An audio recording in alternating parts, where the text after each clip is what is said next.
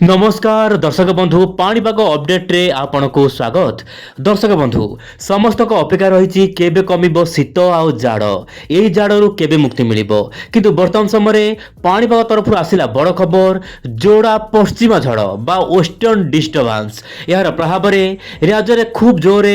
शीत कमिजिबो सामान्य खरा बढ़िबो केउ जिले रे वर्षा हेबो केउ राज्य रे वर्षा हेबो आसंतु आज अपडेट रे आलोचना करबा हे ता पूर्वरु चैनल नुआ थिले चैनल को एबे सब्सक्राइब करंतु आउ कमेंट बॉक्स लिखंतु जय जगन्नाथ। आपण देखंतु वर्तमान समय पश्चिम झड़ प्रभाव में दक्षिण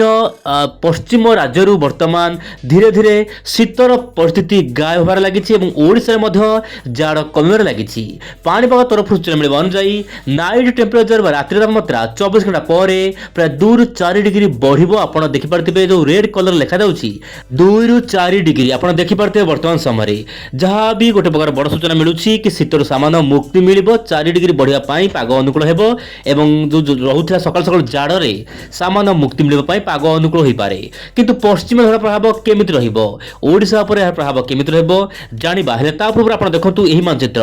वर्तमान समय मानचित्र माध्यम जना पड़ुछि दर्शक बंधु आगामी 24 घंटा मध्य माने आउ 12 घंटा पर सामान्य शीतर मुक्ति मिलिबो। तथापि जगतसिंहपुर केन्द्रापड़ा जो रहउछि आपनकर खोर्धा कटक ढेंकानाल अनुगुल झारसुगुड़ा ता सहित सुंदरगढ़ एही सब जिलार स्थान स्थान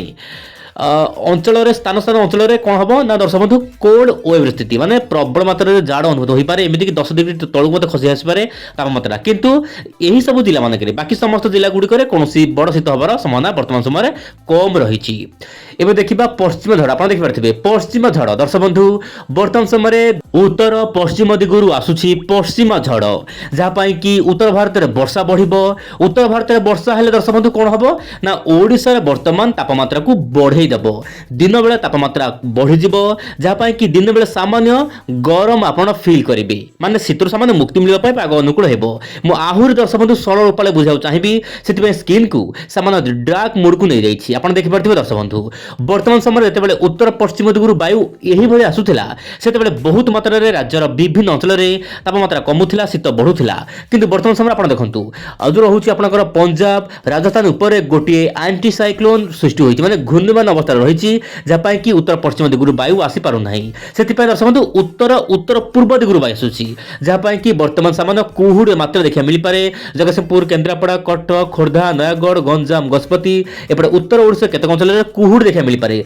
कुहुड़ कहीं हम ना उत्तर पश्चिम दिगरू वायु परिवर्ते उत्तर पूर्व दिगरू आसूची किसी मात्रा उत्तर जो रोचे सामुद्रिक वायु आसूची से दर्शक बंधु दिन बेले सामान्य गुळु गरम रहिले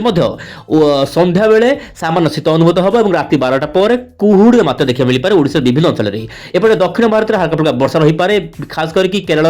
तिरुवनंतपुरम आखपाख अंचल वर्षा हो पारे या सहित बाकी समस्त देशर विभिन्न भाग में पाग शुखिला रहिबो किंतु पश्चिम झड़ प्रभाव में उत्तर भारत जमी रोचे उत्तर प्रदेश विभिन्न अंचल मध्यम धरण वर्षा हो पारे